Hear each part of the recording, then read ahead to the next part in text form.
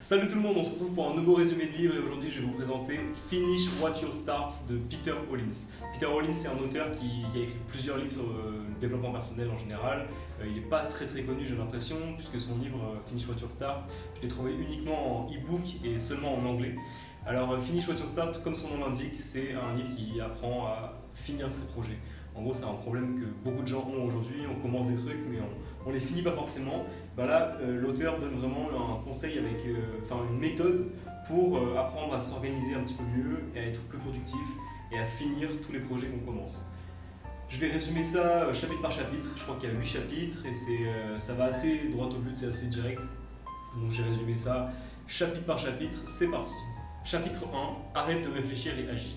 L'auteur a identifié deux catégories de raisons qui font qu'on n'arrive pas à atteindre ses objectifs.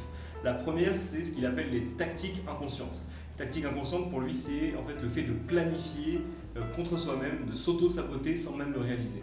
Dans cette cette catégorie-là, il y a des trucs comme la planification de mauvais objectifs, la procrastination, le fait de se laisser aller aux tentations et aux diversions en tout genre, le fait de mal gérer son temps, c'est des éléments qui font qu'on n'arrive pas à atteindre ses objectifs, on a l'impression de planifier, de s'organiser, etc. Mais en fait, on le fait mais d'une mauvaise manière et donc ça fait qu'on s'auto-sabote. La deuxième catégorie, c'est ce qu'il appelle les obstacles psychologiques. Là, c'est le fait en fait de se protéger inconsciemment et ça nous bloque parce que en fait, notre corps de base, etc., il cherche le confort et on n'a pas forcément envie de se mettre dans des situations difficiles et aller vers ses objectifs, c'est aussi se mettre dans des situations difficiles. Dans cette catégorie, il recoupe tout ce qui est paresse et manque de discipline, peur du jugement, du rejet, de l'échec, le perfectionnisme aussi causé par souvent un manque de confiance en soi. On n'a pas envie de montrer ce qu'on a créé parce qu'on a l'impression que c'est pas assez parfait et qu'on a envie d'aller toujours, que ce soit vraiment quelque chose qui soit vraiment parfait et en fait on se perd là-dedans et on n'agit pas. Et le dernier c'était un manque de connaissance de soi-même en fait, qui fait qu'on passe son temps à réfléchir, à essayer de s'analyser, etc. sans jamais se lancer. Donc l'auteur dit arrêtez de réfléchir et lancez-vous. Chapitre 2, restez affamé. Comment arriver à garder la motivation tout au long de la réalisation du projet? L'auteur donne deux types de motivation, les motivations extérieures et les motivations intérieures. Pour l'auteur, il n'y a rien de mieux que fuir une conséquence négative pour réaliser un objectif. Pour ça, il conseille de prendre tout d'abord une personne qui va se porter garante, qui va être un peu la personne à qui vous devez rendre des comptes sur l'avancement du projet. Moi, c'est ce que je fais, c'est la raison pour laquelle je fais des vidéos sur les livres que je lis, c'est que j'ai fait une liste d'objectifs en début d'année avec mon pote Thomas, et pour chaque objectif que je ne réaliserai pas, je devrais lui donner 100 €. Donc ça me fout un peu la pression, ça me pousse à réaliser des objectifs. Ça, je vous recommande à fond. L'auteur dit qu'une personne d'ailleurs qui se porte garante, c'est bien, mais un groupe de personnes, c'est encore mieux, parce qu'il y a une espèce de peur d'avouer son échec face à un groupe de gens, et donc ça peut être bien d'avoir un groupe qui se porte garant et à qui vous rendez des comptes régulièrement. Troisième conseil dans les motivations extérieures, c'est l'autocorruption. L'auteur dit qu'il faut se donner une petite récompense si on arrive à réaliser son objectif. Donc c'est par exemple si j'arrive à lire un livre par mois et le résumer sur cette chaîne YouTube en vidéo, je m'offre un voyage, je sais pas, au Bahamas ou un voyage en Thaïlande, juste pour me motiver à réaliser mon objectif. Ensuite, il y a les motivations donc intérieures qui sont en fait le pourquoi on s'engage dans le projet et pourquoi on a envie d'atteindre cet objectif. Et ça, l'auteur dit qu'avant toute chose, il faut vraiment comprendre ce que c'est que le concept de coût d'opportunité. Donc le fait de se sacrifier pendant un moment pour atteindre un objectif. Le meilleur exemple, c'est les études. Pendant 5-6 ans, on va travailler sur des matières qui ne sont pas forcément ce qu'on a envie de faire vraiment, mais qui nous permettent d'avoir le diplôme, qui nous permettent d'avoir le métier qu'on veut. Et ça, il faut comprendre que quand on veut atteindre un objectif, on va passer par une phase de sacrifice pour atteindre cet objectif. Le deuxième point dans les motivations intérieures, c'est ce que l'auteur appelle garder à l'esprit son objectif. Et pour lui, en fait, il faut tout le temps penser à son objectif. Il faut qu'il y ait tout qui vous rappelle l'objectif dans votre journée. Et pour ça, il dit qu'il faut utiliser non pas juste la pensée, mais les 5 sens. Il faut, par exemple, si votre but c'est de mettre à l'abri votre famille, c'est de mettre quand vous allez au taf, même si le taf vous fait un peu chier, etc., mettre une photo de votre famille sur votre bureau, avec le parfum de votre femme, avec des bruits, un enregistrement de votre fils derrière qui lui dit Papa, je veux aller en vacances, ce genre de truc, pour que vous ayez toujours, tout le temps, cette motivation qui soit là, parce que vous vous rappelez, avec vos 5 sens, votre objectif final. Chapitre 3, créer un manifeste. Un manifeste, c'est quoi? C'est un ensemble de règles qu'on va relire souvent, chaque jour, qu'on va souvent afficher dans son bureau, dans son lieu de travail. L'auteur donne un manifeste de 6 règles. 6 règles qui vont nous aider à atteindre nos objectifs. La première règle, c'est se poser souvent la question de est-ce que je suis en train d'agir par paresse ou est-ce que je suis vraiment en train d'agir pour atteindre mon objectif. C'est une question qu'il faut se poser assez souvent, c'est vous qui déterminez la fréquence, mais le plus souvent possible, quand vous faites une action, se poser cette question-là, c'est important. Règle numéro 2, fixer 3 tâches par jour à faire. En fait, il ne faut pas se mettre trop de tâches, il ne faut pas se surestimer, etc. Et il faut apprendre surtout à classifier les tâches entre les tâches qui sont urgentes, celles qui sont importantes mais pas urgentes, et celles qui sont pas importantes et pas urgentes. Et donc arriver à classifier ça et déléguer les tâches les moins importantes. Ensuite, règle numéro 3, créer des limites journalières et des obligations. Souvent, on a le problème de quand on a un objectif et qu'on a un rêve, on va se donner à fond au début, et puis après on va se perdre parce qu'on sera trop fatigué ou parce qu'on va se faire envahir par les problèmes qu'on a évoqués dans le chapitre juste avant. Donc le but, c'est vraiment de se connaître et de fixer des obligations et des limites à ce qu'on va faire chaque jour. Règle numéro 4, réaffirmer ses objectifs en écrivant une liste de je veux et je ne veux pas. Donc je veux faire ça, je veux devenir comme ça, je veux faire ça, etc. Et je ne veux pas perdre mon temps, je ne veux pas... En fait, le fait d'écrire tout ça, ça va vous faire prendre conscience que vous voulez vraiment pas faire ça et vous voulez vraiment faire ça. Et relire ça aussi de temps en temps, c'est pas mal. Donc quand vous voyez qu'il y a une petite baisse de morale, une petite baisse de motivation, on fait la liste des je veux et des je veux pas, c'est une bonne technique de l'auteur. Ensuite, règle numéro 5, essayez de visualiser où tu seras dans 10 minutes, dans 10 heures et dans 10 jours. Donc ça, c'est une technique de l'auteur pour dire en gros, si je prends cette décision-là, où est-ce que ça va me mener dans 10 minutes, dans 10 jours, et dans 10 heures et dans 10 jours, pour voir en fait l'impact que va avoir cette décision-là. Donc c'est une petite technique de visualisation pour savoir si la décision qu'on va prendre est une bonne décision ou pas. Règle numéro 6, attendre 10 minutes avant de faire une action pour savoir si elle est vraiment urgente ou pas. Je suis moins convaincu par ce truc-là, mais en gros il dit attendre avant de prendre une décision dans la précipitation, etc. et de faire une action, attendre 10 minutes pour voir si c'est vraiment urgent ou pas. Je ne suis pas hyper convaincu, mais c'est une des règles que l'auteur donne. Chapitre 4, entrer dans un état d'esprit qui n'abandonne pas. L'auteur dit qu'il faut, pour réaliser ses objectifs, être dans un état d'esprit qui n'autorise pas l'abandon de ses tâches. Alors pour ça, il donne 4 états d'esprit qu'il faut avoir pour atteindre ses objectifs. Le premier état d'esprit, c'est être un travailleur acharné et croire en ses capacités. L'auteur dit qu'il faut garder tout le temps à l'esprit que le travail acharné va toujours te guider quelque part et qu'il faut croire en ses capacités et croire en toutes les opportunités qui se présentent à toi pour atteindre tes objectifs. Deuxième état d'esprit, c'est deviens à l'aise avec l'inconfort. L'auteur dit qu'il faut forcément passer par des phases inconfortables et qu'il faut que ces phases inconfortables elles soient prises comme des challenges et pas comme des fatalités.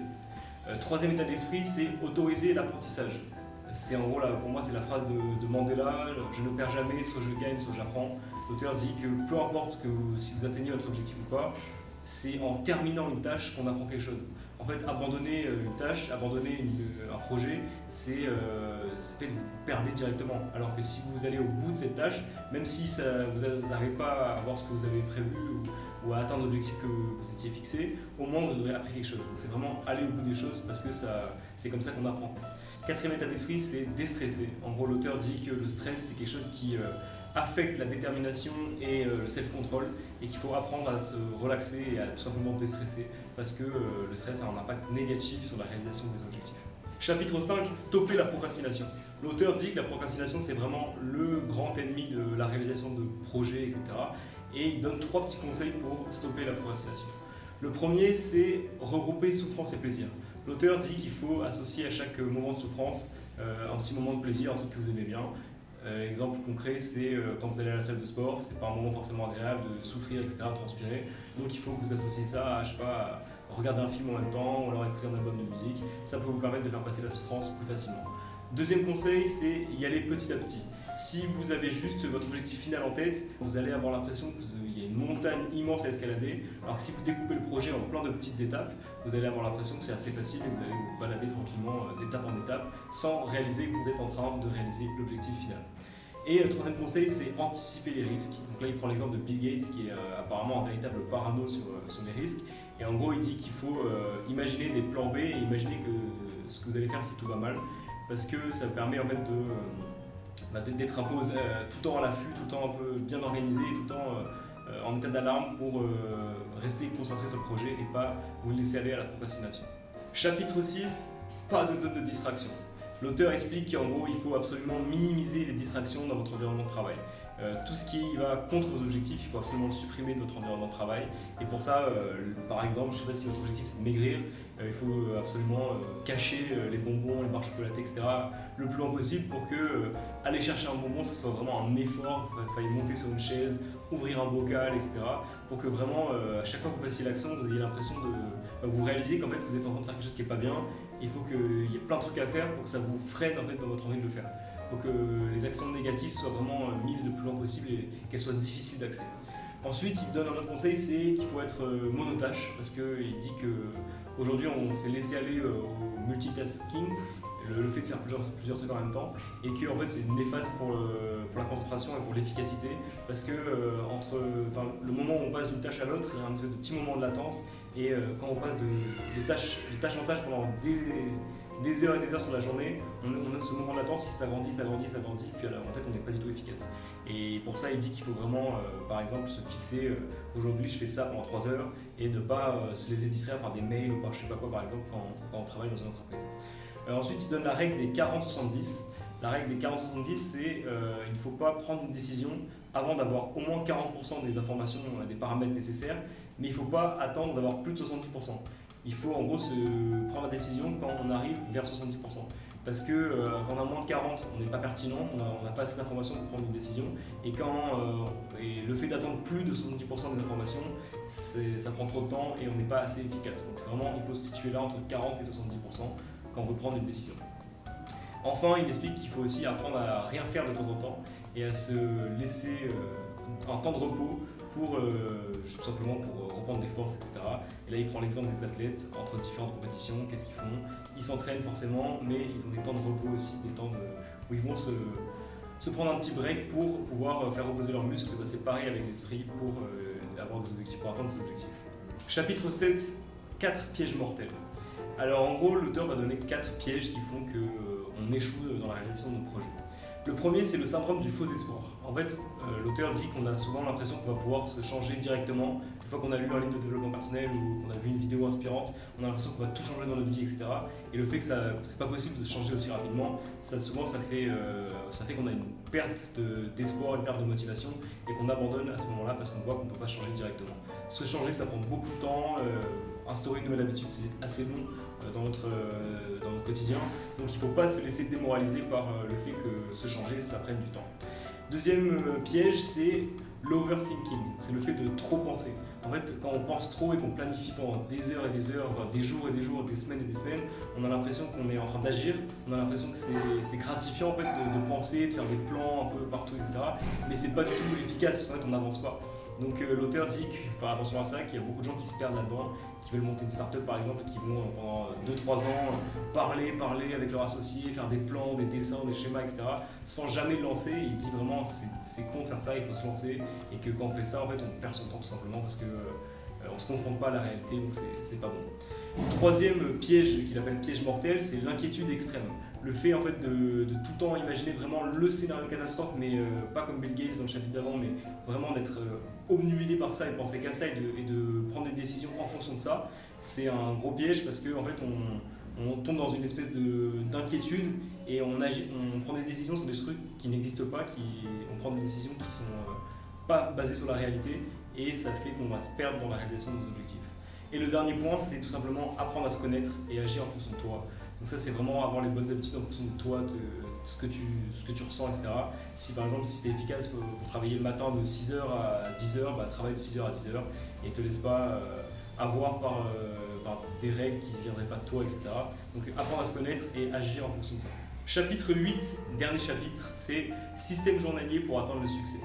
En gros, l'auteur dit qu'il faut que vous construisiez vous-même un système qui vous permet de découper, comme on l'avait déjà dit, votre projet en petites étapes à faire. Et il conseille aussi de mettre un tableau sur votre lieu de travail avec les petites étapes et quand vous les atteignez, genre mettre un petit truc pour montrer que vous avez atteint et que vous avez avancé, pour vous donner l'impression vraiment que vous êtes en train d'avancer et de comprendre, en fait, de garder à l'esprit que vous allez vers un objectif et que vous allez atteindre cet objectif-là. Ensuite, l'auteur dit qu'il faut manager votre temps pour chaque petite étape. En gros, il faut que vous connaissez assez pour savoir que vous avez besoin de tant de temps pour faire quel type d'étape. C'est un peu comme le 3x500 au lycée, il fallait savoir estimer son temps, c'est la même chose pour les petites étapes pour aller réaliser vos objectifs. Enfin, le dernier conseil de l'auteur, c'est de réunir tous les éléments dont vous avez besoin pour réaliser votre objectif, pour ne pas perdre de temps à aller chercher d'autres trucs, ces éléments-là plus tard dans la réalisation du projet, et de tout planifier avant, mais sans perdre trop de temps, sans prendre trop de temps.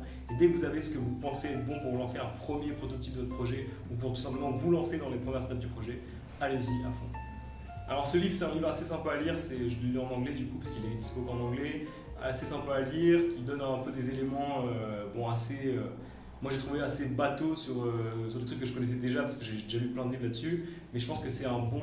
dans tous les cas, soit vous le lisez, ça vous fait une petite piqûre de rappel sympa sur comment vous organiser et comment être plus efficace dans ce que vous voulez faire, et au mieux, si vous ne connaissez pas tous ces éléments-là, ça va être une véritable claque, et vous allez dire j'ai trouvé la méthode pour réaliser mes objectifs et tout, donc c'est assez cool à lire, je vous le recommande.